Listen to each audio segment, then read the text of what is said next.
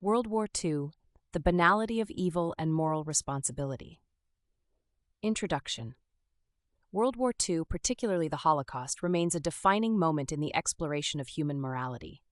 The phrase banality of evil, coined by philosopher Hannah Arendt and Eichmann in Jerusalem, 1963, challenges the notion that atrocities require monstrous intent, instead highlighting how ordinary individuals, embedded within bureaucratic systems, can perpetuate horrors through thoughtless compliance. This essay examines the interplay between systemic structures, individual choices, and moral responsibility during World War II. Number 1.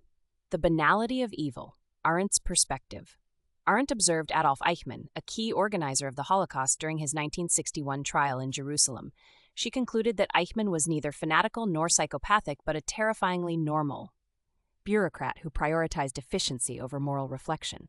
His actions exemplified the banality of evil. The trouble with Eichmann was precisely that so many were like him, and that the many were neither perverted nor sadistic, but terribly and terrifyingly normal. This concept suggests that evil can arise from mundane obedience to authority, rather than inherent malevolence. Number 2. Case Studies. Bureaucracy and Complicity. The Nazi machinery, the Holocaust, relied on a vast bureaucracy. Civil servants, train conductors, and accountants facilitated genocide through paperwork detached from its human consequences. The Wannsee Conference, 1942, where officials coldly coordinated the final solution, epitomizes this systemic evil. Ordinary soldiers. Many frontline perpetrators, such as members of the Einsatzgruppen, were ordinary men motivated by careerism, peer pressure, or dehumanization of victims.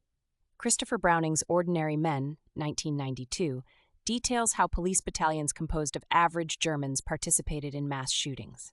Japanese war crimes. Units like Unit 731, which conducted horrific experiments, operated under state orders, illustrating how institutional frameworks can normalize cruelty. 3.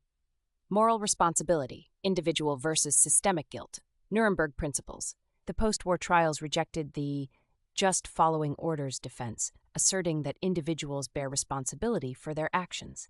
This legal framework emphasized personal accountability, even within coercive regimes.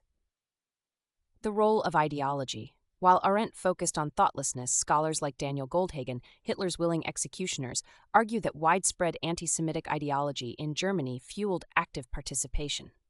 This tension underscores the complexity of assigning blame. Was compliance due to indifference, fear, or belief? Bystanders and collaborators. Moral responsibility extends to those who remained silent or profited from oppression, such as industries exploiting forced labor. The Vatican's muted response and civilian informants in occupied territories highlight complicity beyond direct perpetrators. 4. Psychological and societal enablers.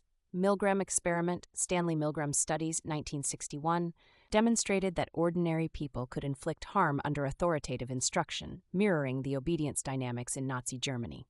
Dehumanization. Propaganda portrayed Jews, Roma, and others as subhuman, easing moral inhibitions. The Protocols of the Elders of Zion and films like The Eternal Jew, 1940, entrenched stereotypes. Structural incentives, promotions, social acceptance, and fear of punishment incentivized conformity. Diaries of SS officers reveal struggles between conscience and careerism.